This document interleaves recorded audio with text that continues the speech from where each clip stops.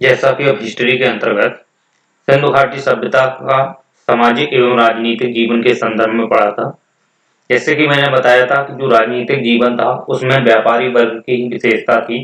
कहीं न कहीं उसमें जो व्यापारी वर्ग था, क्योंकि वो आंतरिक और व्यापार में काफ़ी दिलचस्पी रखते थे, साथ ही जो बाहरी व्यापार हुआ करता था, तो इस वजह से वो अपने व्यापार में संलिप्त थे। तो सभी जो देखे जाए तो व्यापारी वर्ग ही का जो प्रभाव रहा है वो सबसे ज़्यादा रहा है। इसकी वजह से वो राजनीतिक विशेषता में, राजनीतिक क्षेत्र में उनकी ही मुख्य भूमिका थी। ये आर एस शर्मा ने ऐसा बताया था। और सामाजिक विशेषता में हमने आपको बताया था कि वो 4 प्रजाति के थे, उसमें द्रविडियन थे, जैसे कि भूमध्य सागरी, मंगोलाइड, ऑस्ट्रोलाइड, राइट। उसी में मैंने आपको वो भी बताया था, अल्पाइन भी बताए थे। तो सबसे ज्यादा उसमें देखे जाए तो द्रविडियन थे। तो इनके विशेष उनकी उपस्थिति के आधार पर मैंने आपको कंफर्म कर दिया था कि वहाँ की जो सामाजिक व्यवस्था थी वो मात्र सत्तात्मक थी, क्योंकि वहाँ के लोग जो थे वो व्यापार करने के लिए बाहर चले जाते थे। तो जो घर की घरेलू जो वर्ग था वो महिलाओं के हाथों में था। तो महिलाएं वहाँ पे अपने को ज्यादा एकरूपता रखती थी, वहाँ की देख रेख रखती थी, राइट। तो ये चीजों को ध्यान में रखना ही उनका एक मुख्य मतलब का एक गृहिणी का कार्य था। तो इस वजह से वहाँ की जो सत्तात्मक थी वो मात्र सत्तात्मक थी। वहाँ पे देखा जाए तो सती प्रथा के कोई ऐसे प्रमाण नहीं मिले हैं, फिर भी देखा जाए तो वहाँ पे पुरुष महिला को दफनाया गया है। तो ये प्रॉपर नहीं कहा जा सकता है कि वहाँ की सती प्रथा थी।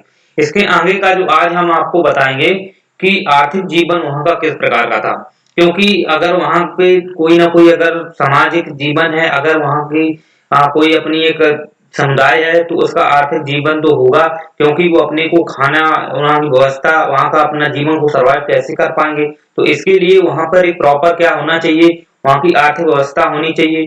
क्योंकि अगर वहाँ पे आर्थिक संसाधन नहीं होंगे, प्राकृतिक संसाधन नहीं होंगे, तो निश्चित तौर पे कहा जा सकता है कि वहाँ पर कोई सभ्यता इस प्रकार की नहीं हो सकती है कि अपने को सर्वाइव कर ले या अपने को विकसित कर ले। तो इसके लिए एक पूर्ण रूप से वहाँ की व्यवस्था होनी चाहिए कि वो किस प्रकार से काम करे। तो इसके लिए वहाँ पे देखा जाए तो कई सारे संसाधन होते हैं, जैसे आर्थिक संसाधन है। तो आर्थिक संसाधन में जैसे कि अर्थ को लेकर अगर बात की जाए तो अर्थ का अर्थ क्या आप समझते हो? अर्थ का यही शब्द है कि उसे बहुआयामी तरीके से, जिसमें प्राकृतिक संसाधन हो, कुछ मानवीय संसाधन हो, राइट, कुछ ऐसी सेवाएं संसाधन हो, जैसे मानवीय संसाधनों की बात मैंने की। और उसी के अंतर्गत कुछ ऐसी सेवाएं भी होती हैं जैसे कि भौतिक सेवाएं होती हैं। तो ये जो सेवाओं का एक पूरा एक अपना एक वर्क होता है, जो लोग क्या करते हैं वहां पे अपने जीवन को सर्वाइव करने के लिए कार्य करते हैं, वहां पे फसलों का उत्पादन करते हैं। तो ये मानवीय क्रियाकलापों का हस्तक्षेप रहता है। तो इससे क्या होता है कि जो प्राकृतिक संसाधन होते हैं वो उन्नत अवस्था में हो जाते हैं। जैसे कोई भी व्यक्ति है, अगर कोई व्यक्ति जब तक कोई व्यक्ति फसल अगर बोता है, तो अगर वो उसमें बीज नहीं डालेगा तो वो किस प्रकार से फसल होगी, राइट। अगर वो फसल करता है तो उसके लिए उसकी जल की सुविधा होनी चाहिए, सिंचाई होनी चाहिए। सिंचाई के साथ साथ वहां पे निरंतर उर्वरक होना चाहिए। ओके, कृषि को अगर समृद्ध करना है तो वहां पर निरंतर उसकी जुताई होनी चाहिए। तो ये सभी एक मौखिक प्रमुख भूमिका निभाते हैं किसी भी कृषि को उत्पादन करने को या उनकी समृद्धि को बढ़ाने के लिए। तो यही वहां पे व्यवस्था देखने को मिलती है कि यह व्यवस्था वहां की एक विकसित थी। क्योंकि आपने देखे हो जो जुताई के खेत हैं कालीबंगा में देखने को मिले हैं, ग्रेड उसमें देखा जाए तो मिश्रित खेती हुआ करती थी। इसी में देख सकते हैं कि बहुत सारी फसलें भी हुआ करती थी, जिसमें आप देखो जौ हुआ, गेहूं हुआ, राइट। उसी में राई है, सरसों है, और कपास की भी सिंडर नाम से खेती करते थे। तो ये चीजें वहां देखने को मिली हैं। तो लेकिन वहां की हम बात पहले ये समझने का प्रयास करते हैं कि संसाधन जो थे वहां पे क्या प्राकृतिक थे, क्या मानवीय थे, क्या मानवीय संसाधन किस प्रकार के थे, प्राकृतिक संसाधन किस प्रकार के थे। पहले इनको हम कैटेगराइज कर लेते हैं, इसके बाद एक एक करके समझने का प्रयास करेंगे। जैसा कि आप जानते हो कि कोई अगर संसाधन है तो वो संसाधन कितने प्रकार के होते हैं। संसाधन कितने प्रकार के होते हैं, पहले तो हम समझते हैं अर्थ। यानी अर्थ का मतलब ये होता है संसाधन, और संसाधन का अर्थ ये होता है कि वो संसाधन कितने टाइप के हो सकते हैं, जिसमें से भौतिक संसाधन, और इसी में देखे जाए तो कुछ मानवीय संसाधन भी होते हैं, राइट। तो मानवीय संसाधन में भौतिक संसाधन हो सकते हैं और इसमें सेवा भी हो सकती है। भौतिक संसाधन में देख सकते हो कि जो परिश्रम के दौरान जो मेहनत करके व्यक्ति मेहनत करके जो चीजें निर्मित कर लेता है, विनिर्माण के माध्यम से जो क्रियाकलाप कर लेता है, मशीनों के माध्यम से जो बनाता है, जैसे कि चरखा हुआ, ठीक, ये हाथों के माध्यम से कार्य करते हैं, तो ये एक विनिर्माण है, क्योंकि उन्होंने निर्माण किया है। उसका क्या किया है, जैसे प्राकृतिक संसाधन है उसमें से कुछ जुटाया है, उसको एकीकृत करके विनिर्माण किया है, तो एक क्या बनाया है, भौतिक संसाधन की एक मशीनरी बनाई है। राइट, उससे क्या करेंगे, वो निरंतर उसका प्रयोग करके नए नए आयाम बनाएंगे, नए नए वस्त्र जैसे बना सकते हैं, नई नई कई तकनीकों का खोल सकते हैं, और भी कार्य कर सकते हैं, लघु उद्योगों में और भी कार्य कर सकते हैं। तो ये चीजें किस में करेंगे, भौतिक में करेंगे। मानवीय संसाधनों का प्रयोग है, लेकिन ये एक प्रकार से देखा जाए भौतिक में इसलिए है कि वहां मशीनरी चीजें बनती हैं, और सेवा इसलिए है कि वो मशीनरी चीजें किस लिए दे रही हैं, वो एक सेवा देती हैं, क्योंकि हो सकता है कि व्यापार और जो वाणिज्य होता है वो एक प्रकार की सेवा है। तो सेवा के अंतर्गत हम क्या करते हैं कि लेन देन करते हैं। राइट, उसी में जैसे कि हम कुछ व्यापार करते हैं एक दूसरे पे, तो वो व्यापार जो होता है वो किसी मशीनों के माध्यम से होता है, वहां की लेन देन होता है, वहां की जो भी परिवहन प्रणाली होती है उसके माध्यम से करते हैं, तो एक सेवा के अंतर्गत हम उसको रख लेते हैं। तो इसी में के अंतर्गत हम देखते हैं कि कुछ प्राकृतिक संसाधन भी होते हैं, जैसे कि बात की जाए प्राकृतिक संसाधन, तो प्राकृतिक संसाधन ऐसे संसाधन होते हैं जो प्रकृति द्वारा दिए जाते हैं, जो प्रकृति द्वारा प्राप्त होते हैं, यानी कि इसमें मानव कहीं ना कहीं हस्तक्षेप तो करता है, लेकिन प्रकृति द्वारा ही प्राप्त होते हैं। जैसे अगर बात की जाए फसल की बात की जाए तो इसमें ये प्रकृति की देन है, लेकिन मानव क्या करता है, इसमें केवल फसल को बोता है और सिंचाई भी करता है। राइट, अगर सिंचाई नहीं करेगा तो हो सकता है बरसात ना हो तो वो फसल नष्ट हो जाए।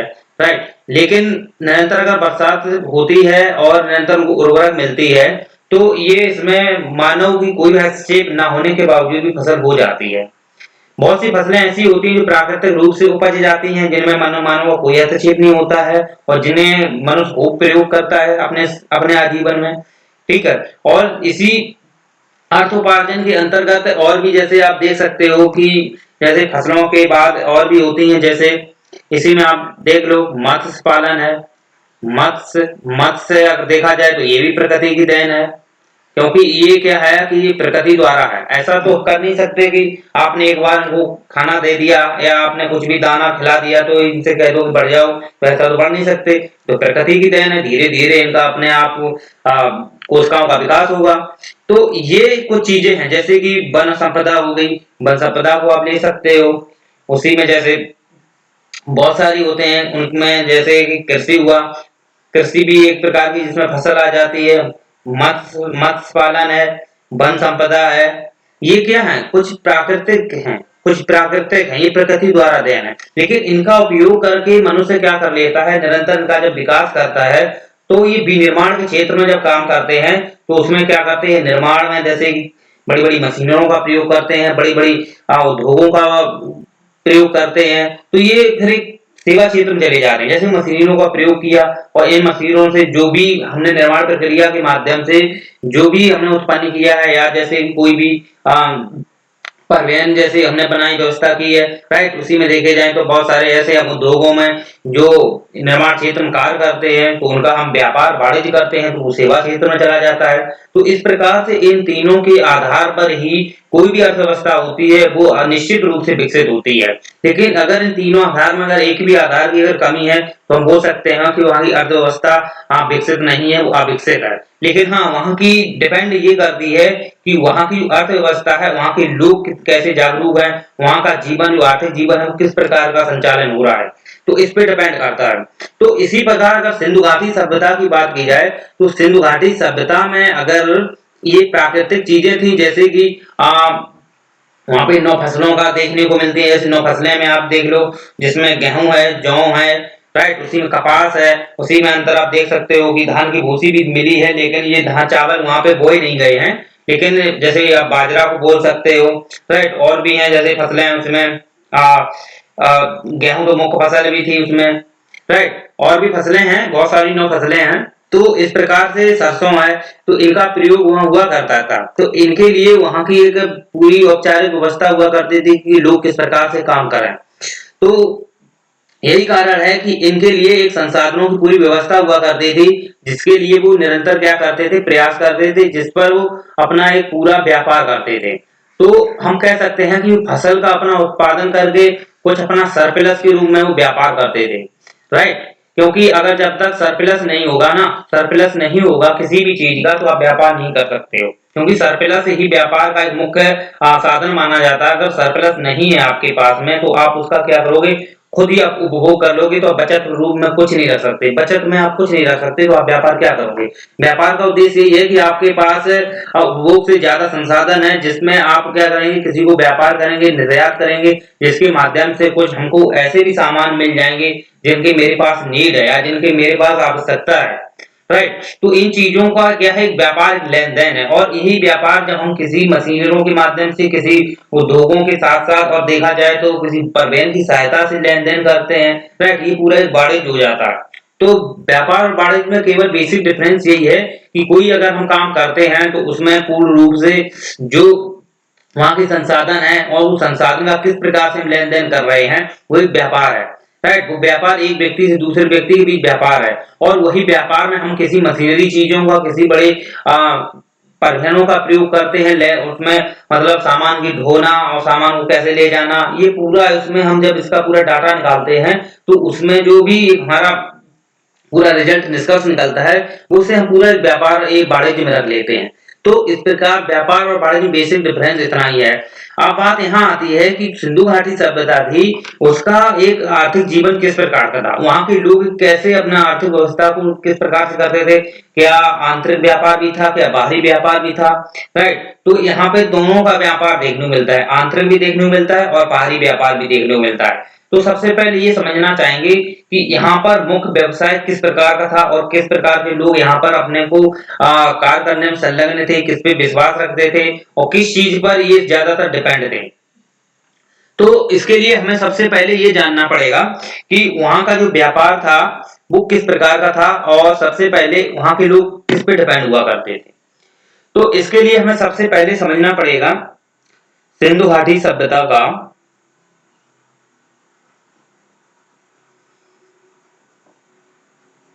आर्थिक जीवन, यानी कि आर्थिक जीवन कह सकते हैं, आर्थिक व्यवस्था यानी अर्थ से जुड़ी व्यवस्था, यानी अर्थ यानी संसाधनों से जुड़ी व्यवस्था।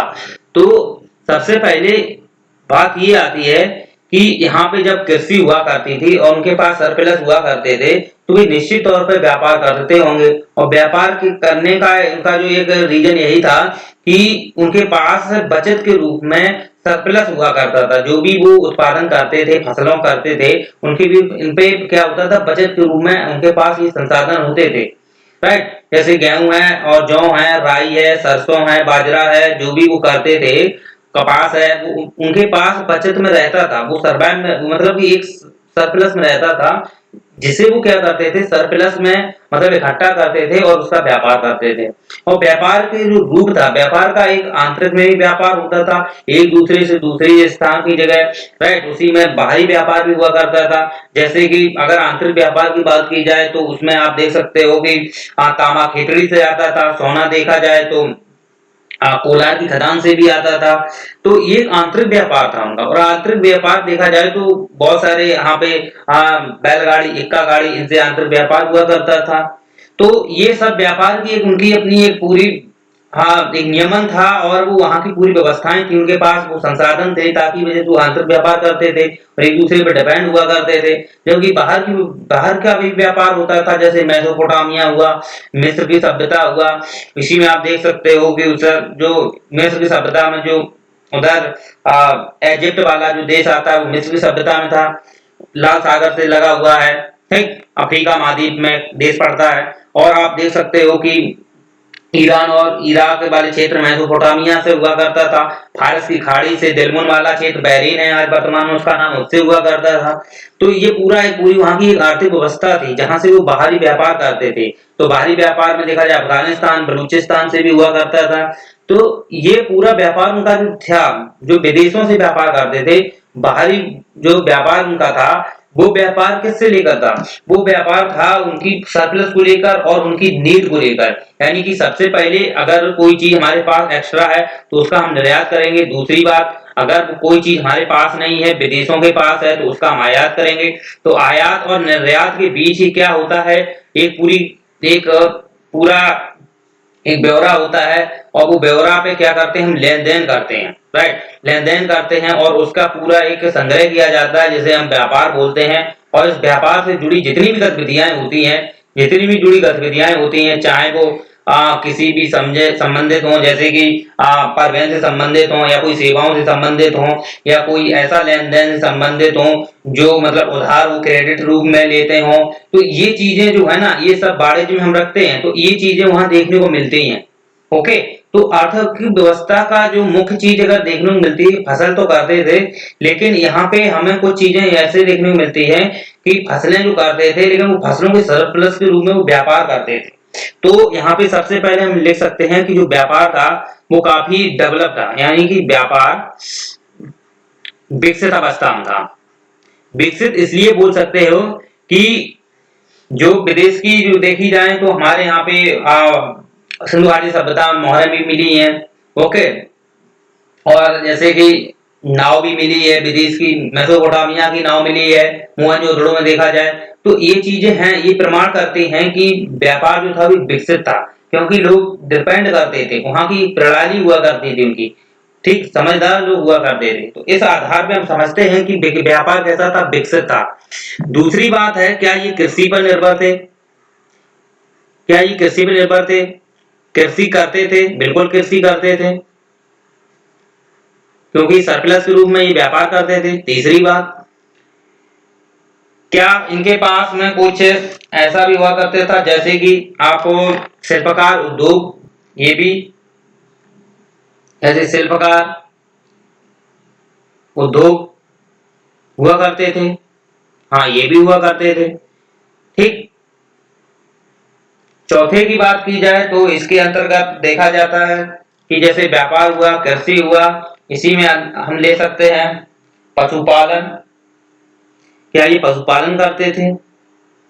बिल्कुल करते थे पशुपालन, क्योंकि ये देखा जाए तो पशुपालन में जैसे कुत्ता को पालते थे, बैल को पालते थे, गाय को पालते थे, तो ये इनका मुख्य आधार था आर्थिक जीवन में, ठीक, जिसमें व्यापार हुआ, कृषि है, शिल्पकार, पशुपालन। तो इन चारों में से वो सबसे ज्यादा किस पे डिपेंड थे? सबसे ज्यादा किस पे डिपेंड थे, यानी कि हम ये बोल सकते हैं कि इनका जो मुख्य व्यवसाय था वो क्या था। तो मुख्य व्यवसाय के अंतर्गत अगर हम बात करें तो सबसे ज्यादा मुख्य व्यवसाय अगर माना जाए तो इनका व्यापार था।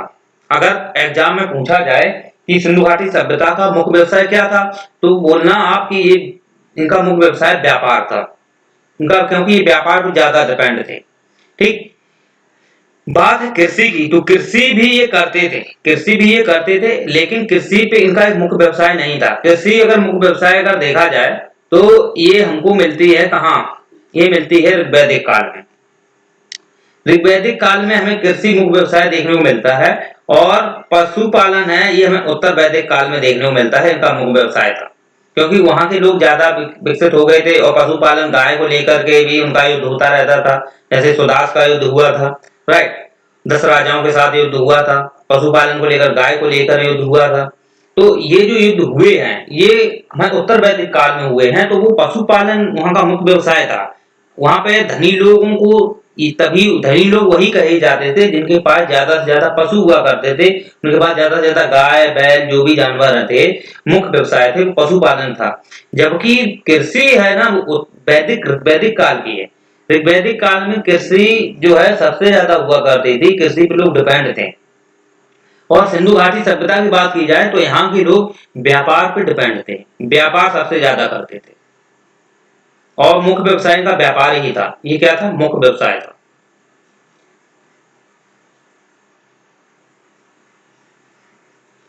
बात अब ये आती है कि ये व्यापार तो करते थे, तो व्यापार करने के लिए इनके पास कुछ ऐसे संसाधन होने चाहिए ताकि ये निरंतर एक दूसरे से अपना व्यवहार, अपना संबंध बनाए रखें। तो इसके लिए क्या प्रयोग करते थे? तो इसके अंतर्गत आप जानते हो कि जैसे बाहरी व्यापार करते थे तो बाहर के लिए इनके लिए संसाधन हुआ करते थे, जैसे कि नाव हुई, राइट। आंतरिक व्यापार में भी ये नाव का प्रयोग करते थे नदियों के माध्यम से, जैसे कि मांडा में, जम्मू कश्मीर में आप देख लो, तो जम्मू कश्मीर में जो चिनाब नदी थी वहां से ये व्यापार करते थे। चिनाब नदी से वहां पे ये देखे जाए तो लेके आते थे अपना वो क्या बोलते हैं वहां पे जम्मू कश्मीर में जो टिम्बर है, जो टिम्बर उद्योग है जम्मू कश्मीर में, राइट। टिम्बर एक प्रकार का लकड़ी है। टिम्बर जो लकड़ी उद्योग था वो जम्मू कश्मीर में था। टिम्बर, ओके, जो टिम्बर उद्योग था ये चिनाब नदी से करते थे, क्योंकि आंतरिक व्यापार के अंतर्गत तो नाव का भी ये प्रयोग करते थे। बाहरी व्यापार करते थे तो वहां भी ये नाव का प्रयोग करते थे। तो इस प्रकार से नाव के भी प्रमाण मिले हैं। पक्की ईंटों के देखा जाए तो लोथल में भी नाव के प्रमाण मिले हैं। उसी में देखा जाए तो मोहनजोदड़ो वहां भी नाव के प्रमाण मिले हैं। तो ये मोहनजोदड़ो में देखा जाए तो मेसोपोटामिया की जो नाव थी वहां के भी प्रमाण मिले हैं, उससे संबंधित उसके समतुल्य थी। तो इस प्रकार कह सकते हो कि वहां का व्यापार जो था काफी डेवलप था। ठीक, अब हम एक एक करके थोड़ा समझते हैं कि इनका जो व्यापार था आंतरिक व्यापार कैसा था और बाहरी व्यापार कैसा था। क्योंकि आंतरिक व्यापार में देखा जाए तो ये तांबा का प्रयोग करते थे तो खेतड़ी से लाते थे, राइट। सोना का प्रयोग करते थे तो कोलार की खदान से लाते थे। स्फटिक का भी प्रयोग करते थे ये, तो स्फटिक जैसे बाहरी व्यापार के अंतर्गत अफगानिस्तान से लाते थे। तो ये कुछ ऐसे प्रयोग करते थे। सीप उद्योग भी था, धातु कर्म का भी उद्योग था। सीप उद्योग देखा जाए तो बालाकोट से था। एक एक करके भी लिखाएंगे, थोड़ा भी ओवरव्यू बना लें, फिर हम आगे डिटेल से समझते हैं। सीप उद्योग अगर देखा जाए तो ये सीप उद्योग ये बालाकोट से था। धातु कर्म का मतलब ये है कि यानी कि जो धातुएं होती है उसके ऑक्साइड से एक नया कुछ धातु बना लेना, राइट। जैसे कांसा, जिसमें तामा और टेन, तामा खेतड़ी से आता था, टेन अपना लेके टेन का भी प्रयोग करते थे, जैसे कि अफगानिस्तान से लाते थे। तो मनके का भी प्रयोग करते थे। मनके जैसे लोथल है, चंदूदड़ो है, वहां से ये प्रयोग करते थे। बाहरी व्यापार देखा जाए तो ईरान, मेसोपोटामिया, अफगानिस्तान, मिस्र है, फारान की खाड़ी, दिलमुन बहरीन जो क्षेत्र था वहां से करते थे। अब बात ये आती है कि आयातित वस्तु में क्या करते थे और निर्यातित वस्तु में क्या करते थे। यानी कि कुछ वस्तुएं ऐसी भी हुआ करती थी जिसका ये आयात करते थे, कुछ वस्तुएं ऐसी होती थी जिनका ये निर्यात करते थे। क्योंकि व्यापार का मतलब यही है कि आर्थिक संसाधन में दो देश के अगर बीच कोई व्यापार होता है तो वहां व्यापार किस चीज का होता है, यानी एक ऐसा लेन देन होता है जो दोनों के बीच संबंध को बनाए रखे। यानी कि दोनों की आवश्यकताएं हैं वो बड़ा परस्पर बनी रहे, एक दूसरे की आवश्यकताएं की पूर्ति होती रहे, चाहे वो एक दूसरे पर डिपेंड हो जाते हैं। क्योंकि जो चीज मेरे पास है उनके पास नहीं है, हम उनको देंगे, उनके पास है मेरे पास नहीं, हम उनसे लेंगे। इस यही तो दोनों का बीच का एक ट्रांजेक्शन होता है, यही तो व्यापार है। तो ये व्यापार को बनाए रखने के लिए जो आयात है, निर्यात है, ये सिंधु घाटी सभ्यता में भी थे। तो सिंधु घाटी सभ्यता हम ये देखते हैं कि सबसे पहले वो आयात क्या करते थे।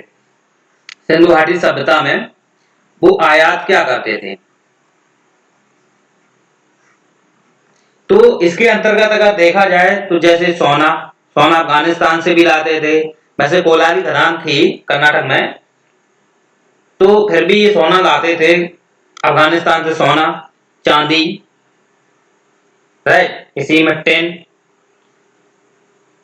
सीसा, ओके। सोना देखा जाए तो ईरान से भी लाते थे, टिन अफगानिस्तान से। ये कुछ चीजें हैं, इनको थोड़ा आपको ध्यान में रखना। जो आयातित वस्तुएं हैं, सोना है, चांदी है, टिन है, सीसा है, ये कुछ आयात करते थे। जबकि निर्यात क्या करते थे, क्योंकि आयात अगर करते होंगे तो निर्यात भी करते होंगे, निश्चित है। तो निर्यात के रूप में देखो, निर्यात में मनके आपने देखे हो, जैसे लोथल चन्नू में मनके मिले हैं। लोथल चन्नू में इसके पूरे उद्योग थे, राइट, मनके के।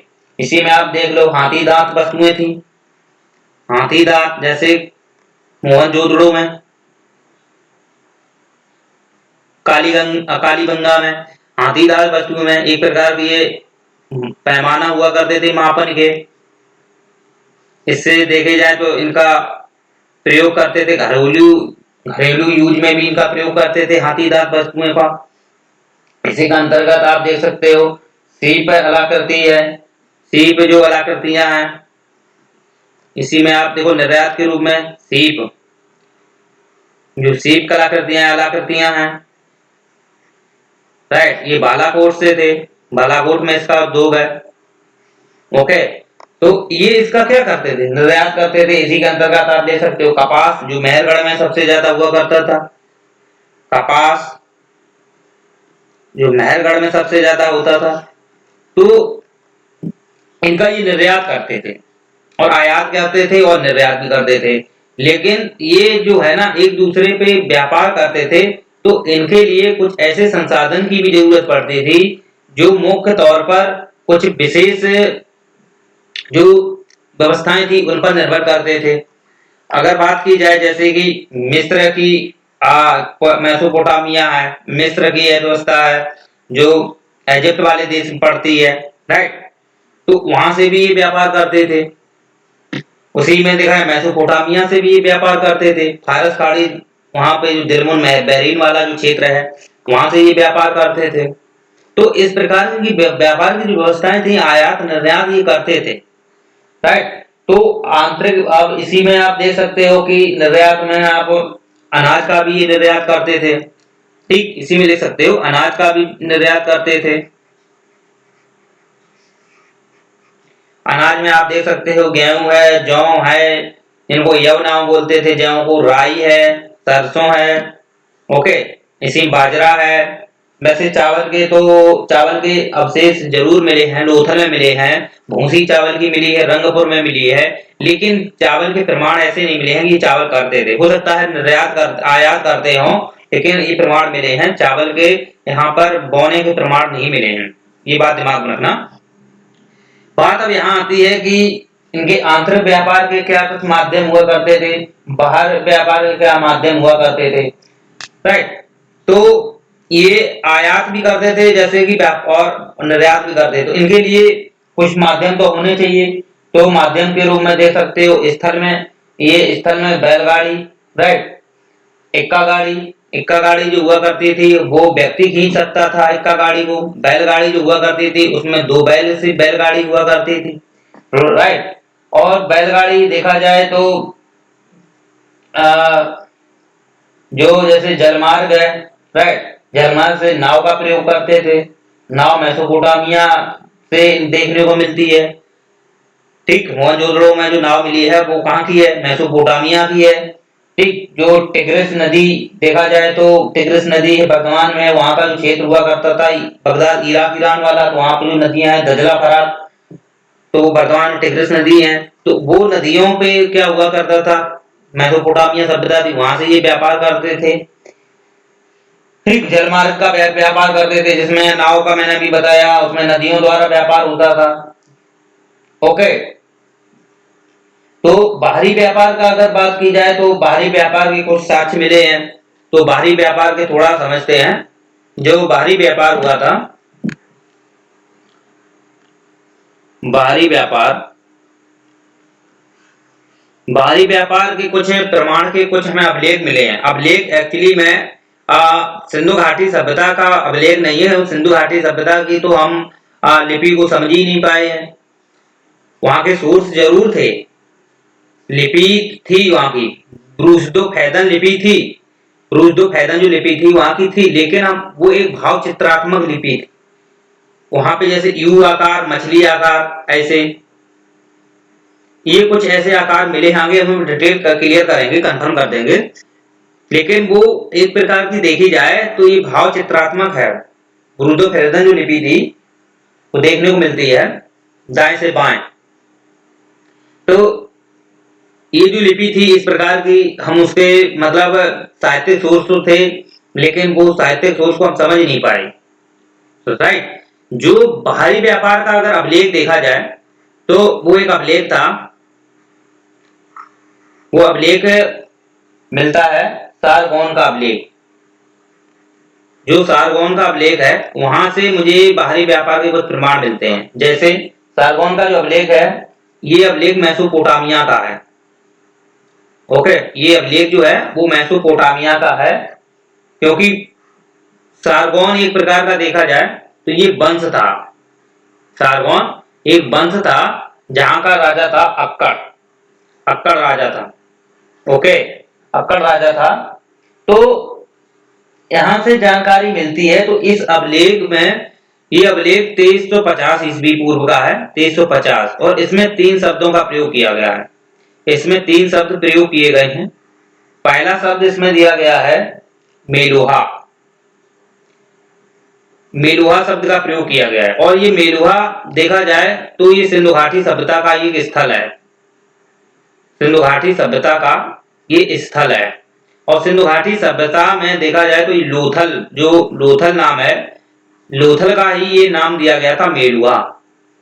वैज्ञानिक ऐसा, विद्वान ऐसा मानते हैं कि जो मेलुहा शब्द था वो जो सारगोन का अभिलेख था मेसोपोटामिया का, उसमें मेलुहा शब्द का जो प्रयोग हुआ है वो एक्चुअली में लोथल से हुआ है। तो आप समझ सकते हो कि निश्चित तौर पर व्यापार, बाहरी व्यापार हुआ करते था, क्योंकि ये प्रमाण है।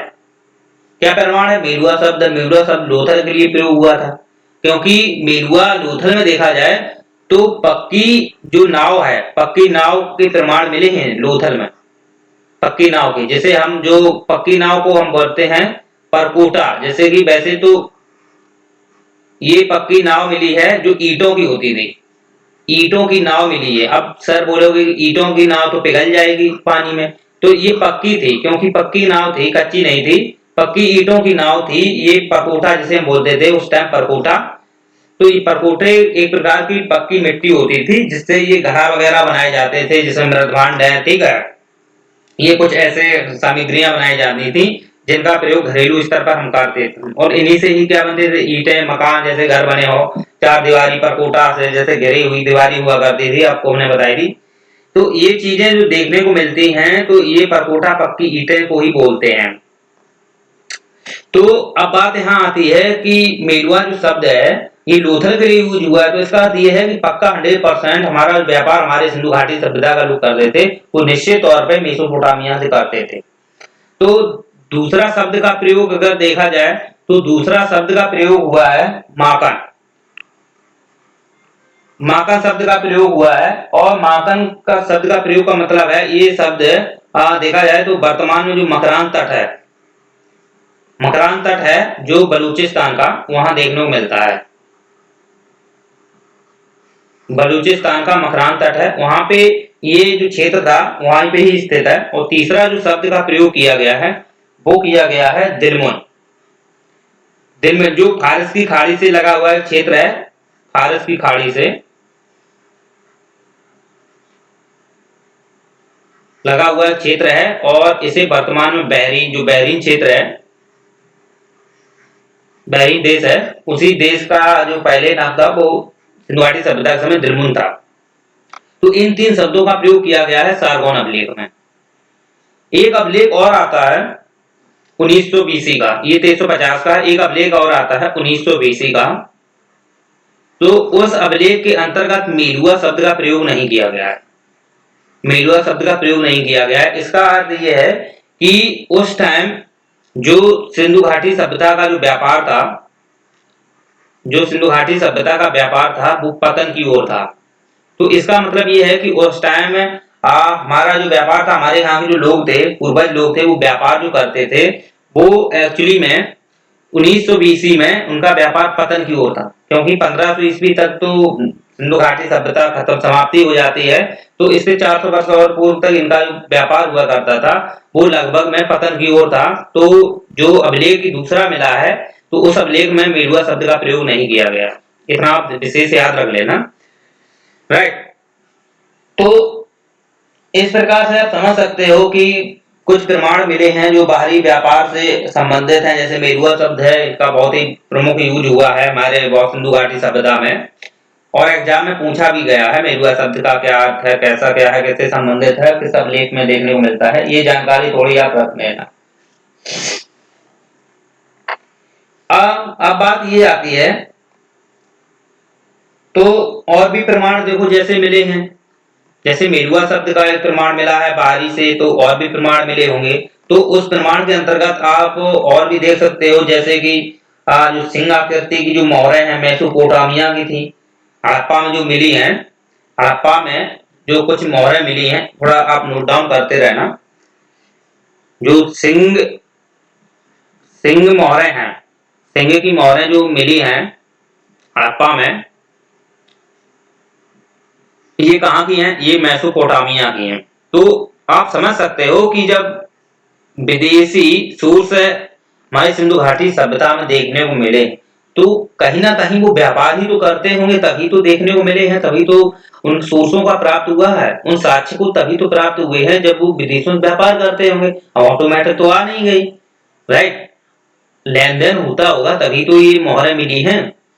तो एक्चुअली में मोहरें देखा जाए तो ये एक प्रकार के, पहले समझ लो यहाँ पे जो मोहरें हैं ये व्यापार की जो लेन देन होता है उसकी पहचान के लिए प्रयोग की जाती थी। जैसे अभी हम वर्तमान में के लेन देन के लिए किसका प्रयोग करते हैं? सिक्कों का, पैसों का, ठीक, जो रुपए है, कागजी मुद्रा है, जो फेट करेंसी है, उसका हम क्या प्रयोग करते हैं? तो इस करेंसी का प्रयोग किस लिए करते हैं? कि व्यापार जो जो हमारा जो लेन देन है वो निश्चित तौर पर रफा दफा रहे और उसका किसी प्रकार की कोई यहाँ पे बीच में द्वंद्वता ना हो, राइट? तो इस चीज को निपटाने के लिए वो भी एक प्रकार से पैसे तो थे नहीं, तो उसमें देखा जाए तो मोहरों का एक मतलब मोहरों का जो प्रयोग करते थे वो एक लेन देन, वैसे मोहर एक मुद्रा के रूप में यूज नहीं करते थे, बस एक पहचान थी। जैसे कि फ्लिपकार्ट वाले जो पहचान कर लेते हैं, जैसे कि फ्लिपकार्ट की अपनी एक पहचान होती है, अमेजोन की अपनी एक पहचान होती है कि जैसा अमेजोन अपना चिन्ह देता है, राइट? जैसे कोई भी अगर कोई कंपनी है या कोई भी घरेलू अगर उद्योग है तो उस पे वो पहचान देते हैं कि इसकी कोई कॉपीराइट ना हो, तो इसके लिए वो अपना एक पेटेंट कराते हैं, राइट? पेटेंट कराते हैं कि ये हमारी पहचान है और यहाँ से कंपनी से बना हुआ माल हमारा जो यानी बेचेगा या सेल किया जाएगा उस पे हमारी पहचान रहेगी। तो इस आधार पे इनका जो पहचान थी ये मोहरों के रूप में करते थे, जिसमें मोहरें आपने देखी हो कि एक गेंडा की मोहर है, एक सरंगी बैल है, राइट? उसी में आप देख सकते हो हाथी की, तो और भी देख सकते हो जैसे कि तिरुपति नाथ की भी मिलती है। आगे हम डिटेल क्लियर करेंगे, ठीक है? थोड़ा थोड़ा अभी समझते जाओ फिर हम डिटेल करते जाएंगे। तो ये कुछ मोहरें भी देखने को मिलती हैं, तो इन मोहरों के आधार पे हम समझ सकते हैं कि वहां का व्यापार जो हमारा था विदेशियों से सोर्सों के माध्यम से हुआ करता था। और भी आप देख सकते हो जैसे कि मोहर लोथल में मिली है, दो राक्षस की मोहर मिली है जो फारस की थी, लोथल में मोहर मिली है, जो मोहर है लोथल में मिली है, और वो मोहर कहाँ की है? वो मोहर कहाँ की है? फारस की खाड़ी की है, यानी कि दिलमुन वाला जो क्षेत्र है बहरीन वहां की है। पहले ये क्षेत्र बहुत बड़े हुआ करते थे, कोई विशेष ऐसा था नहीं कि जो देशों में बटे होंगे, राइट? पहले ये सभ्यताएं हुआ करते थे, समय समय यहाँ पे विकसित हुई हैं, तो एक बहुत बड़े बड़े क्षेत्र होते थे।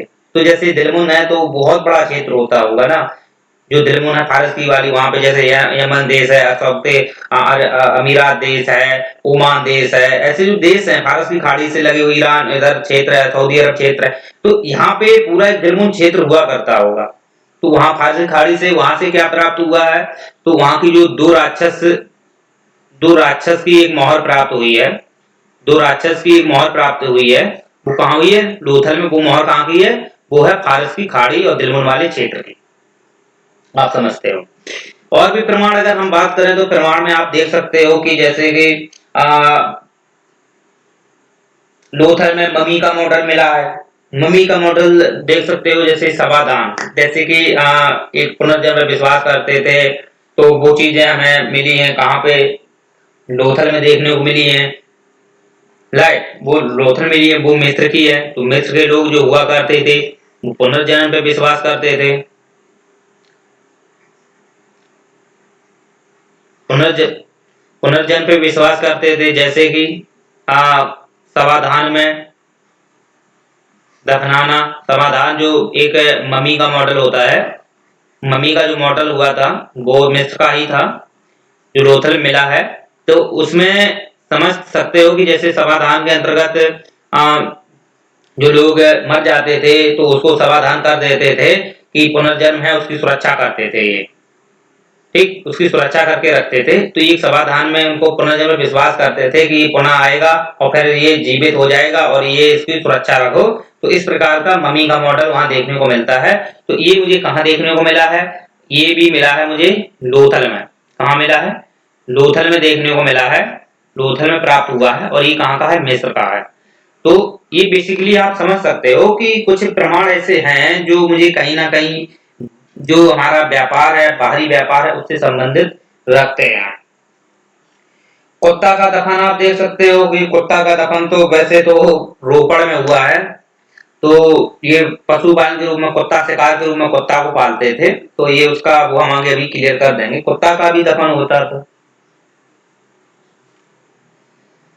और भी मैंने जैसे प्रमाण बताए हैं, जो जलीय माध्यम से व्यापार हुआ करता था, बाहरी जैसे नाव के माध्यम से, जो मोहनजोदड़ो में नाव मिली है, मेसोपोटामिया की नाव है। तो ये इस प्रकार की नाव है, आप देख सकते हो इस प्रकार की नाव है, बीच में ऐसी लकड़ी लगी है, राइट। इस प्रकार की नाव है ये, इस प्रकार की, ठीक। तो यहाँ पे क्या हुआ करता था, ये जो नाव देखने को मिली ये मेसोपोटामिया की है। ये कुछ प्रमाण है, ठोस प्रमाण है। और इन प्रमाण के आधार पर हम कह सकते हैं जो ये कहाँ मिली है, मोहनजोदड़ो। ये आगे भी लिखाएंगे, अभी आप केवल समझते जाओ, आगे लिखाते जाएंगे बाद में।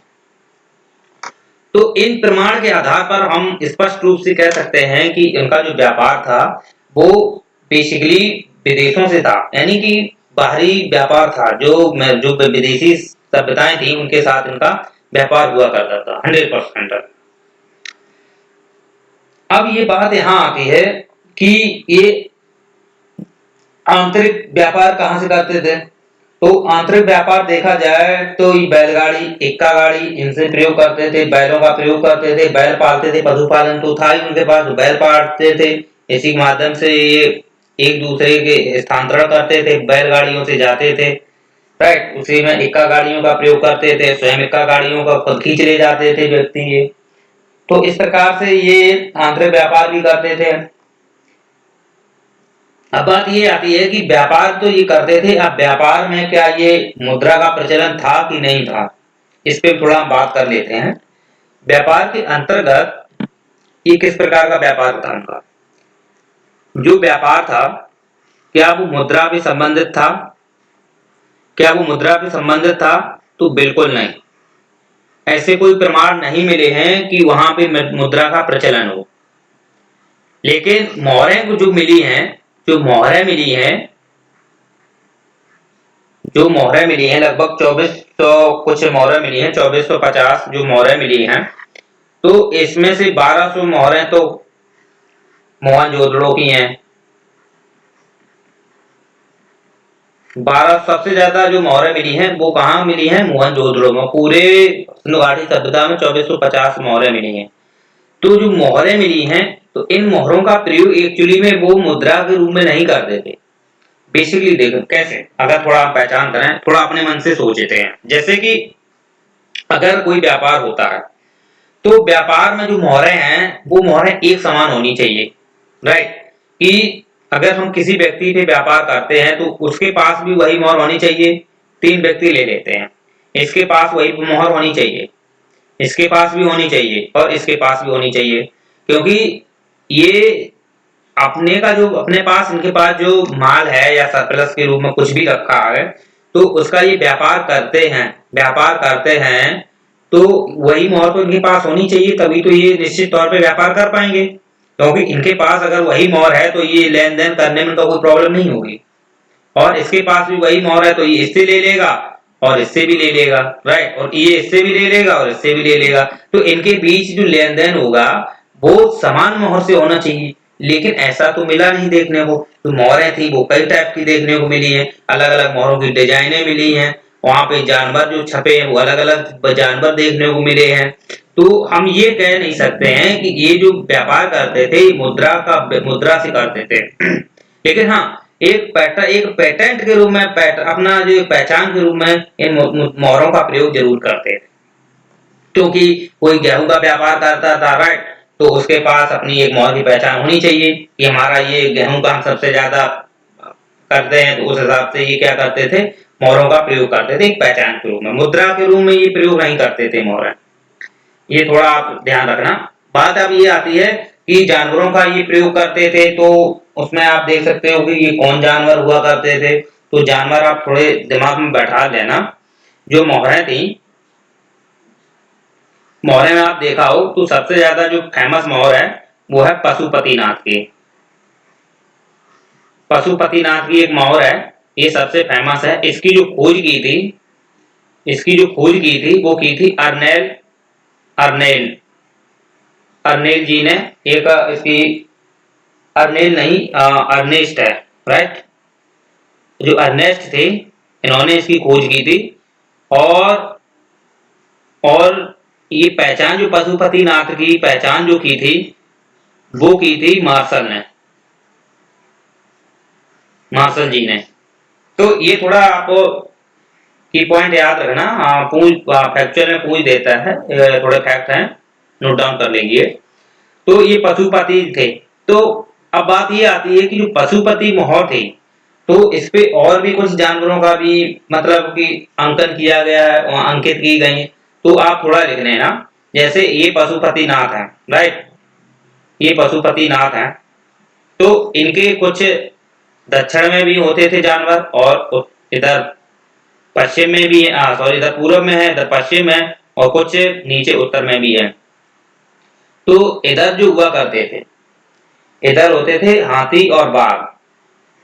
हाथी और बाघ ये अंकित किए गए हैं किनके साथ, जो पशुपतिनाथ है। पशुपतिनाथ एक प्रकार के बैली हैं ये, राइट, बैली ही है पशुपतिनाथ। और इधर देखा जाए तो इनके बायां ओरी, ये दायां ओरी है, हमारी तरफ से दायां ओरी है लेकिन उनके लिए वो बायां ओरी है, ठीक। तो इनके बायां ओरी बोल सकते हैं, उनके उनके ही सापेक्ष बोलते हैं। उनके बायां ओरी अगर देखा जाए, ये बायां ओरी है, ये दायां है, राइट। तो ये दायां ओरी उनके सापेक्ष देखते हैं, तो उनके दायां में भैंस और गैंडा था, या भैंसा गैंडा।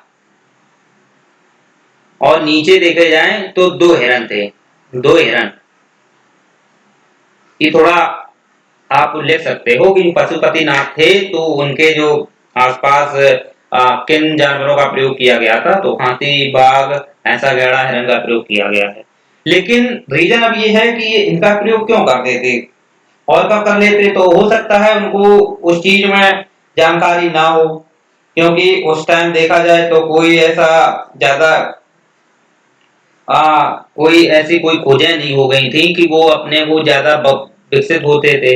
लेकिन वो आसपास का जो क्षेत्र देखते थे वहां जानवर घूमते रहते थे, तो जिस जानवर को वो पहचानते थे उनका ही वो क्या अंकित कर देते थे। तो इस आधार पे उन्होंने इन जानवरों का प्रयोग किया है।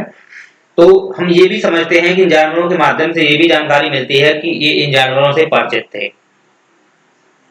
वैसे तो ये घोड़ा को भी जानते थे, घोड़ा से वैसे इनका पशुपालन तो घोड़ा नहीं था, लेकिन ये घोड़ा से परिचित थे क्योंकि कालीबंगा में अस्थि पंजर देखने को मिले हैं घोड़े के। तो इस प्रकार से घोड़ा इनका एक प्रकार से परिचित जरूर थे ये उनसे, लेकिन पशुपालन के रूप में ये घोड़े को नहीं पालते थे, उससे नफरत करते थे, और परिचित जरूर थे। और भी अगर बात की जाए तो जो भैंसा गैड़ा है उन्हीं के साथ साथ ऊपर अगर पशुपति के देखे जाएं तो कुछ आकृतियां देखने को मिलती हैं, जैसे कि मछली की आकृति है, यू आकार की आकृति है, ये डंडे नुमा आकृति है। तो ये कुछ आकृतियां देखने को मिलती हैं, इन्हें समझ नहीं पाए ये मछली है यू आकार की है, इनका मतलब अर्थ नहीं समझ पाए कि ये क्यों उन्होंने बनाई है। लेकिन उनकी एक भाव चित्रात्मक है, भाव चित्रात्मक जो एक लिपि है, बस वही चीज है। इससे थोड़ा यही स्पष्ट होता है कि ये इस चीज से कुछ निपुण थे और ये अपनी पहचान के लिए या लोगों को अपनी ओर आकर्षित या समझ एक दूसरे की अपनी समझ के लिए इन चीजों का प्रयोग करते थे। लेकिन हम नहीं समझ पाए, राइट, जो विद्वान थे वो नहीं समझ पाए कि एक्चुअली में इनका प्रयोग वो क्यों करते थे। बस थोड़ा बेसिकली आप इनका नोट डाउन करते रहिए। जैसे मुद्राएं हैं और जो मोहरें हैं, राइट, उसपे कुछ और भी जैसे जानवर का प्रयोग किया गया है, जैसे ये सिंह बैला बैल यहाँ लिख सकते हो। जो और भी जो मुद्राएं हैं या मोहरें हैं उन पे देखा जाए तो और भी, जैसे एक सरंगी बैल, एक सरंगी बैल यानी कि ये जो एक एक सींग का बैल हुआ करता था उसका भी ये यूज करते थे। इसी में आ जाओ कुबड़ वाला बैल, कुबड़ बैल, इनकी ये पूजा भी करते थे कुबड़ बैल की, राइट। और भी आप देख सकते हो जैसे हाथी हुआ, ये भी देखने को मिलता है, चीता है, गैंडा है। कुबड़ वाला बैल ये सांड है, राइट। इसका ये क्या करते थे, पूजा करते थे। हाथी, चीता, गैंडा, एक संगी बैल, ठीक है, इनका ये क्या करते थे, मोहरें और जो मुद्राएं हैं उनमें ये अंकित कराते थे। ये कुछ जानवर हैं, ये परिचित थे और जानकारी हमें भी होनी चाहिए कि ये कौन कौन से जानवरों से ये परिचित थे, ठीक है। अब बात हम करते हैं, एक मिनट।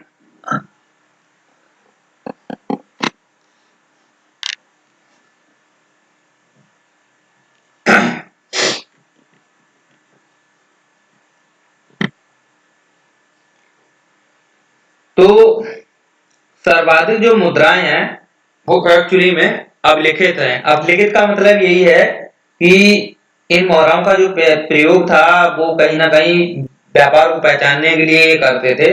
तो और जो मुद्राएं हैं जो अभिलिखित वाली हैं वो हड़प्पा में देखने को मिलती हैं। जो अभिलिखित मुद्राएं हैं, मतलब अभिलिखित मतलब कि ऐसी मुद्राएं होती हैं जो जो ज्यादा से ज्यादा इन जानवरों से अंकित की गई हो या कुछ ऐसी पहचान की गई हो जो जिसकी पहचान हम व्यापार से संबंधित उनका एक रिलेशनशिप में जोड़ते हो, तो हम वो कह सकते हैं कि अभिलिखित मुद्राएं थी। और ये सबसे ज्यादा कहाँ देखने को मिली है, हड़प्पा में। वैसे तो मोहरे जो हैं सबसे ज्यादा 1200 मोहरे तो मोहनजोदड़ो में मिली हैं, ठीक। जो अभिलिखित मुद्राएं हैं वो मिली हड़प्पा में। ये थोड़ा की पॉइंट है, आप इसे नोट डाउन कर लीजिए। व्यापार के अगर पैमाने की बात की जाए कि ये जो व्यापार करते थे उसका कोई तो पैमाना हुआ होता, कैसा पैमाना था, किस पैमानों का यूज करते थे वो, क्योंकि कोई भी चीज अगर हम लेन देन करते हैं तो लेन देन ऐसे तो कर नहीं लेंगे, उसके लिए कोई तो पैमाना निश्चित होना चाहिए। तो निश्चित तौर पर इस पैमाने का कुछ प्रयोग करते थे या नहीं करते थे। तो बात ये आती है कि इसके लिए हमारे पास कोई प्रमाण मिले हैं, तो हाँ बिल्कुल मिले हैं। वो लोथल में देखने को मिले हैं, हाथी दांत का प्रमाण मिले हैं। जो हाथी दांत एक प्रकार का पैमाना हुआ करता था, मापन पैमाना, जो मापन पैमाना था, तो वो हाथी दांत, राइट, हाथी दांत का देखने को मिलता है। और ये जो पैमाना हुआ करता था इसकी ये इससे देखे जाए तो घरेलू में भी हाथी दांत का प्रयोग करते थे और इसका ये निर्यात भी करते थे बहुत ज्यादा। और ये कहाँ देखने को मिलता है, ये मिलता है लोथल में। लोथल तो आप पता ही होगा सभी को, जो गुजरात में पड़ता है, ओके। और भी आप समझ सकते हो कि और भी पैमाने से जैसे धातु का प्रयोग करते थे, जैसे पत्थर का प्रयोग करते थे, बाट जो बाट के रूप में प्रयोग करते थे पत्थर का, धातु का, क्योंकि उस टाइम लोहा तो था नहीं, तांबा, क्योंकि ये तांबा का प्रयोग करते थे, ठीक है। तो धातु, पत्थर, बाट इनका प्रयोग करते थे। तो ये इनके कुछ साक्ष्य देखने को मिलते हैं मोहनजोदड़ो में। तो इनके साथ मोहनजोदड़ो में देखने को मिलते हैं, ओके।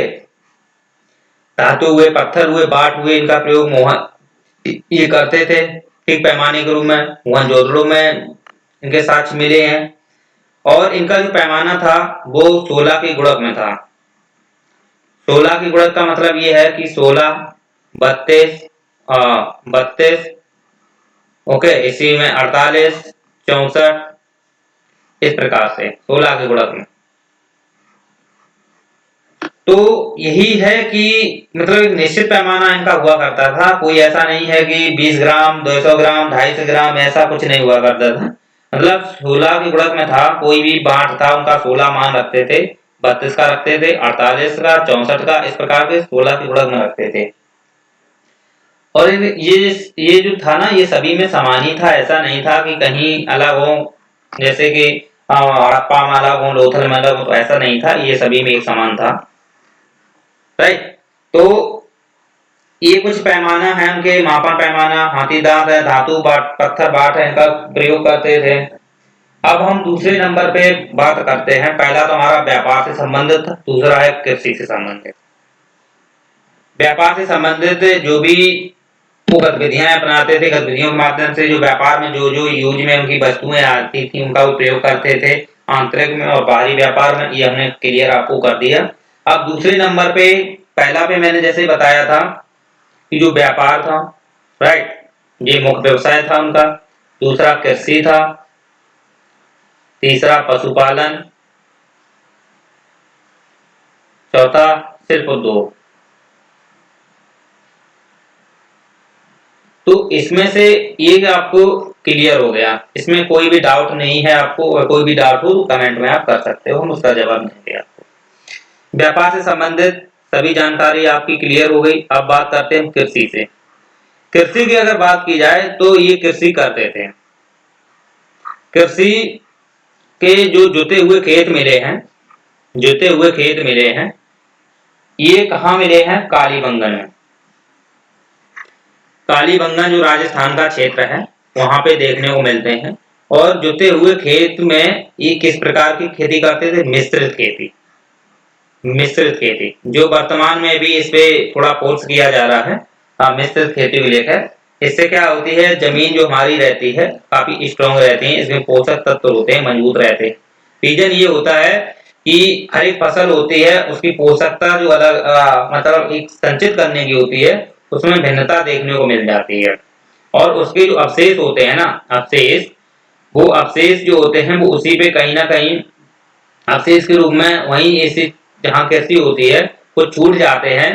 तो वहाँ पे जो पोषकता रहती है, वहाँ के जो अपघटक हैं या जो भी वहाँ पे सूक्ष्म जीवाणु हैं, सूक्ष्म जीव हैं, केचुआ हैं, एनालिडा से, तो ये जो क्या करते हैं, ये एक्चुअली में इनका अपघटन करते हैं। अपघटक जो होते हैं तो वहां पे पोषण क्षमता बनी रहती है एक्स्ट्रा। और एक फसल रहती है तो एक फसल को लेकर के वहां पे जो पोषण क्षमता थोड़ी भिन्नता देखने को मिल जाती है। तो यही कारण है कि ये लोग काफी जागरूक थे और काफी विकसित थे, और ये कृषि विकसित थी इनकी, क्योंकि कृषि में 9 प्रकार की फसलें देखने को मिलती हैं और कृषि इनकी विकसित थी, मिश्रित खेती करते थे। और जो जोते हुए खेत हैं ये इस प्रकार के पाए गए हैं, यानी कि ये वर्गाकार जैसे जो करते हैं ना, जैसे ट्रैक्टर का प्रयोग करके, इस प्रकार के पहले सिंगल जुताई फिर डबल जुताई, तो इस प्रकार की इनकी मतलब जुते हुए खेत मिले हैं। और फसल जैसे करते थे, जैसे कि इधर दूसरी फसल है तो एक इधर फसल है तो इधर एक दूसरी फसल है, तो इनकी जो फसल होती थी तो वो एक मतलब एक ही क्षेत्र विशेष पर ये दो दो तीन तीन फसलें कर लेते थे। तो बोल सकते हैं कि इनकी व्यवस्था थी, काफी डेवलप थी कृषि व्यवस्था। फसल में देखा जाए तो 9 प्रकार की हैं, तो उसमें आपको गेहूं, गेहूं इनका मुख्य व्यापार था। दूसरा राई, जौ, जिनको यौ बोलते हैं, यब, राइट। इसी में कपास, कपास देखा जाए तो इसे सेंडेन बोलते हैं, उस टाइम सेंडेन बोलते थे कपास को। कपास में देखा जाए तो इससे सूती वस्त्र बनाए जाते हैं, तो सूती वस्त्र का वहां पे प्रचलन था, कपड़े सूती वस्त्र को पहनते थे, ऊन के भी पहनते थे, लेकिन कपास के सूती वस्त्र के ज्यादा देख पहनते थे। जिसमें आपने देखा हो पुजारी की जो मूर्ति मिली है, पुजारी की जो मूर्ति मिली है मोहनजोदड़ो से, पुजारी की जो मूर्ति है एक्चुअली में वो साल पहने हुए हैं, तो वो साल पहने हैं। हाँ, इसको थोड़ा अभी हम क्लियर करेंगे, पुजारी की मूर्ति मोहनजोदड़ो से है या हड़प्पा से है शायद। एक मिनट, अभी हम देखते हैं उसको लेकर के।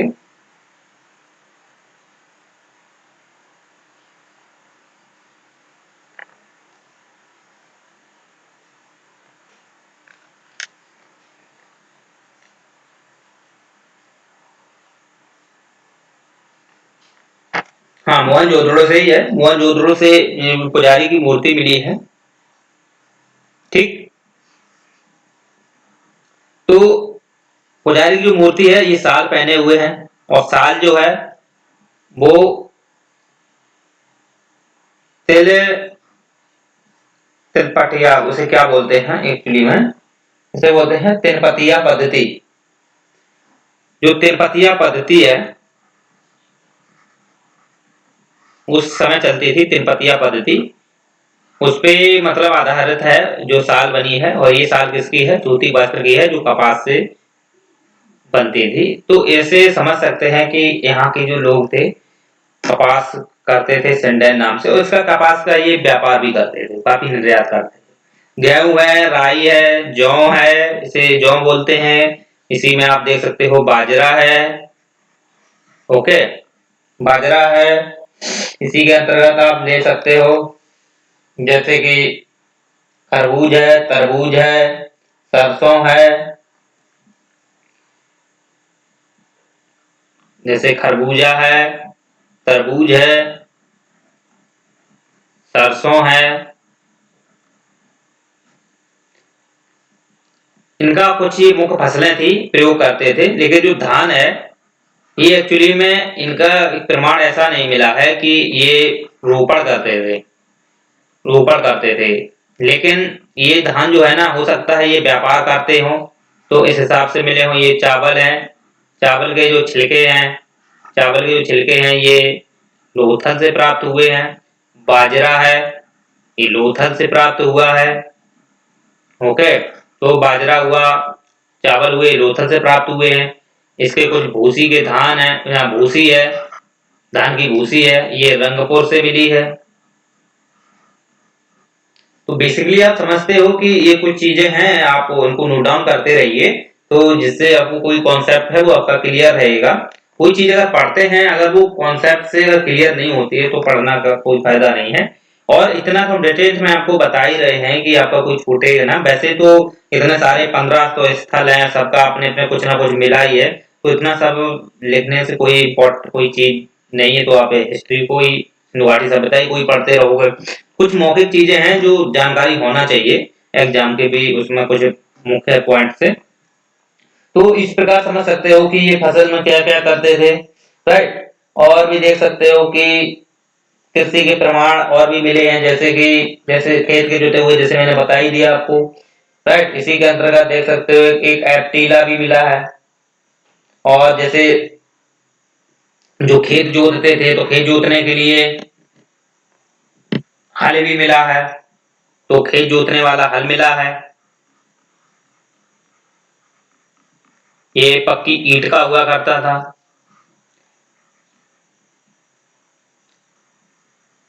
ये पक्की ईंट का हुआ करता था, जिसे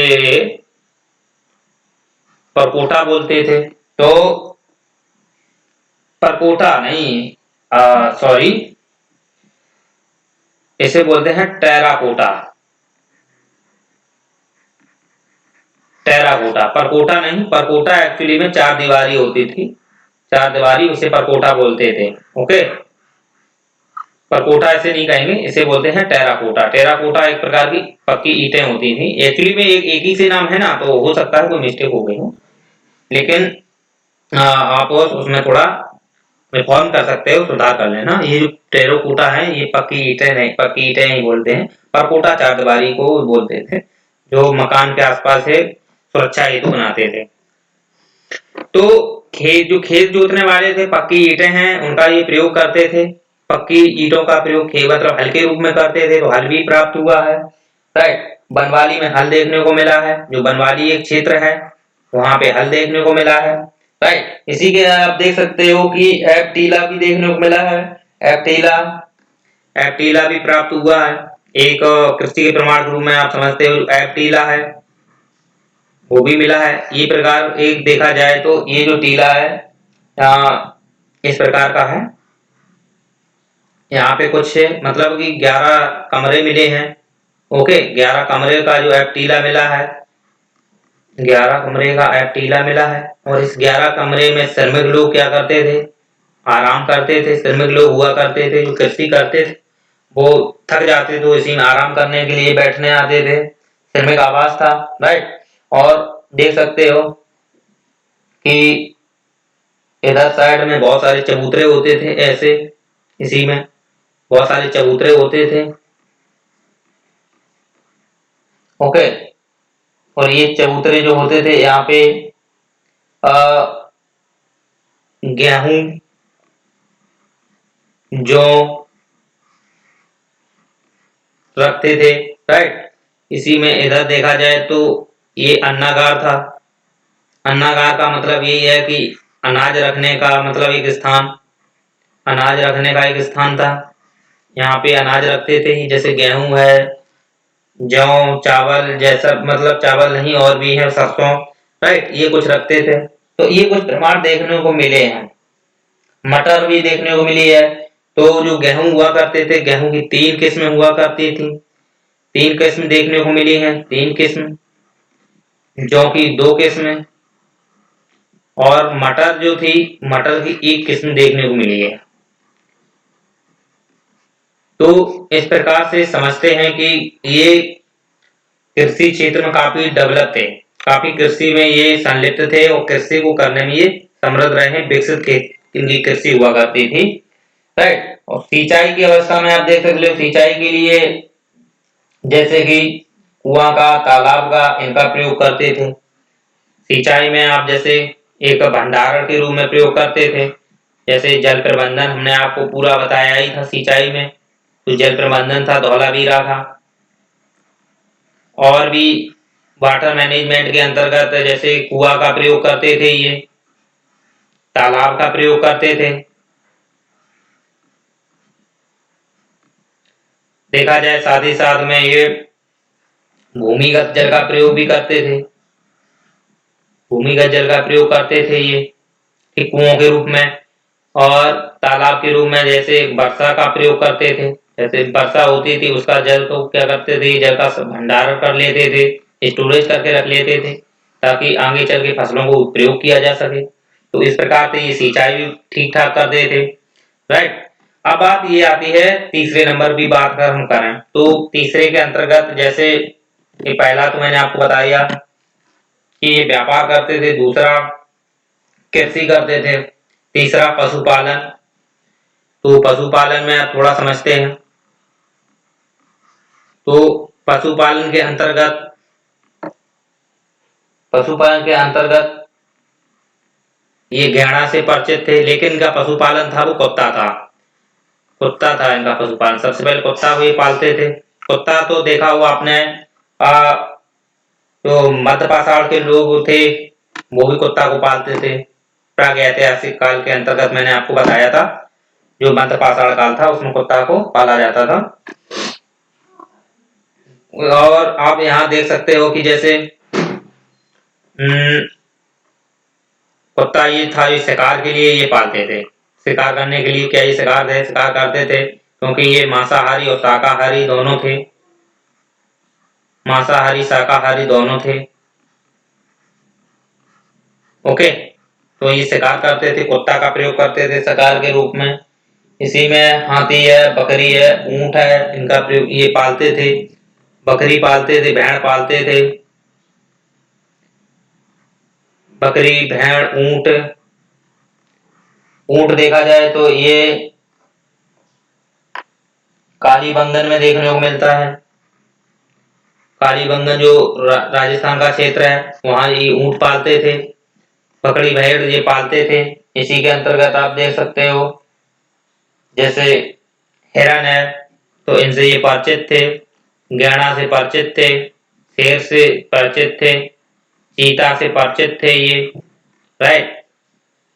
और घोड़ा से ये परिचित थे। घोड़ा के देखा जाए तो अवशेष जो मिले हैं, अस्थि पंजर, वो राजस्थान में, घोड़ा के जो अस्थि पंजर हैं राजस्थान में नहीं है, वो एक्चुअली लोथल और सुरकोटता में है। लोथल और सुरकोटता यहाँ देखने को मिले हैं। तो ये कुछ चीजें हैं, इनसे ये परिचित थे और ये पालते थे। बकरी, भेड़, ऊंट इनको पालते थे, कुत्ता को पालते थे, बैल को पालते थे, गाय को पालते थे, ये जानवर को ये पालते थे, राइट। तो पशुपालन के अंतर्गत आप ये कुछ लिख सकते हो कि ये किन किन जानवरों का पालते थे, जैसे कि गाय, बैल, भैंसा, भैंसा को भी ये पालते थे, ओके। तो ये चीजें हैं, कुछ ये प्रमुख हैं, इनको आप लिख सकते हो। और एग्जाम में जब मेंस के लिए है तो थोड़ा थोड़ा आप लिखते रहोगे, फिर भी बहुत मेंस की तैयारी कंप्लीट हो जाएगी।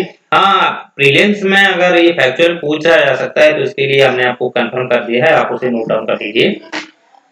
अब बात करते हैं चौथा जैसे कि शिल्प को लेकर के इनकी क्या व्यवस्थाएं थी। शिल्प उद्योग, चौथा है शिल्प उद्योग।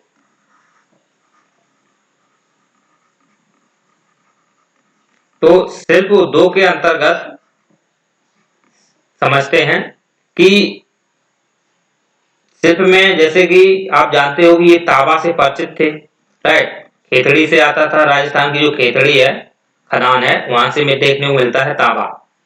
और और टिन का प्रयोग तो अफगानिस्तान से ये करते ही थे। तो तांबा और किस का ये धातु कर्म बनाते थे, यानी कि धातु कर्म का प्रयोग करते थे। धातु कर्म तो आप जानते हो कि ऐसी धातु है जिनका ऑक्साइड से ये नई नई कोई किस्म तैयार करना, राइट। तो ये धातु और टिन से कांसा बनाते थे, तो इसे कांस्य युगीन सभ्यता भी बोलते हैं क्योंकि कांसा का प्रयोग करते थे। कांसा के रूप में देखे जाए तो मूर्तियां मिली हैं, जैसे त्रिभंग की मूर्ति देखने को मिली है, ये 10.5 इंच की मूर्ति है और ये त्रिभंग की है। ओके, तो और ये किसकी है, प्रोटो ऑस्ट्रोलाइड की है। जो प्रोटो ऑस्ट्रोलाइड जो मानव रहते थे, जिसमें हमने आपको 4 प्रकार के मानव बताए थे, भूमध्य सागरीय द्रविडियन, राइट, उसी में अल्पाइन भी बताए थे, ऑस्ट्रोलाइड, मंगोलाइड। तो इसमें जो त्रिभंग की जो मूर्ति है ये मुझे देखने को मिलती है ऑस्ट्रोलाइड के अंतर्गत। ऑस्ट्रोलाइड के ये त्रिभंग की मूर्ति है, ये 10.5 इंच की है। ओके, और भी देख सकते हो तांबे का रथ देखने को मिला है। तांबे का रथ, तांबे का जो रथ है वो खेतड़ी की राखी गढ़ी से मिला है। राखी गढ़ी एक क्षेत्र है, वहां से हरियाणा का ये क्षेत्र हरियाणा का है राखी गढ़ी, वहां से क्या प्राप्त हुआ है, तांबे का रथ प्राप्त हुआ है। और भी उद्योग थे जैसे कि सीप उद्योग बालाकोट में, चन्नूदड़ों और लोथल में देखा जाए तो मनके थे। चंदूदड़ों और लोथल में मनका उद्योग मिले हैं, मनके उद्योग, इनका ये निर्यात करते थे भारी मात्रा में, राइट। इसी में आप देख सकते हो चूड़ी उद्योग मिला है। और भी देखा जाए तो प्रसाधन सामग्री उद्योग, तो प्रसाधन सामग्री उद्योग जैसे कि चंदूदड़ों में मिला है, लिपस्टिक जैसे चंदूदड़ों में देखने को मिली है। चूड़ी उद्योग देखा जाए तो ये कालीबंगा में मिले हैं। साथ साथ लिखते जाना, नोट डाउन करते जाओ। कालीबंगा में मिले हैं। मृदभांड देखा जाए तो ये एक प्रकार के मटके घड़े हुआ करते थे, घड़े जो लाल रंग के होते थे, राइट। और काले रंग की इस पे ज्यामिति, काले रंग का भी प्रयोग करते थे ज्यामिति के रूप में, जिसमें आपने त्रिभुज बना देना, वर्ग बना देना। ओके, ऐसे कुछ ये प्रयोग कर देते थे मटके पे, उनको मतलब सजावट के लिए, क्योंकि वो अलंकृत हो जाए थोड़ा, तो ऐसे ही प्रयोग करते थे। और भी देख सकते हो औजार जैसे टावा टेन से मिलकर और भी औजार बनाते थे, कृषि उपकरण बनाते थे, हम जो हड़प्पा चंदूदड़ों से मिले हैं। तो इस प्रकार से ये सिंधु घाटी सभ्यता के लोगों का ये आर्थिक जीवन था, जिसके अंतर्गत हमने आपको 4 टाइप में आपको कंफर्म कर दिया, सिर्फ उद्योग को भी बता दिया, और सिर्फ उद्योग हो गया उसी में, जैसे कि व्यापार उद्योग है, व्यापार हो गया, राइट। उसी में आप देख सकते हो कि जो पशुपालन है, कृषि है, ये चारों टाइप के हमने आपको बता दिए हैं। नेक्स्ट लेक्चर काफी लंबा लेक्चर हो गया है, तो नेक्स्ट लेक्चर में हम उनकी धार्मिक व्यवस्था के संदर्भ में चर्चा करेंगे, और नेक्स्ट लेक्चर है वो लास्ट लेक्चर रहेगा, सिंधु घाटी सभ्यता को उसके बारे में बताएंगे। उम्मीद करता हूँ आपको ये लेक्चर काफी सराहनीयपूर्ण साबित होगा और आपको समझ में आ गया होगा, उम्मीद करता हूँ। और जो भी कोई प्रॉब्लम आपको आती है संबंधित, तो आप कमेंट में आप कर सकते हो, उसका रिप्लाई दे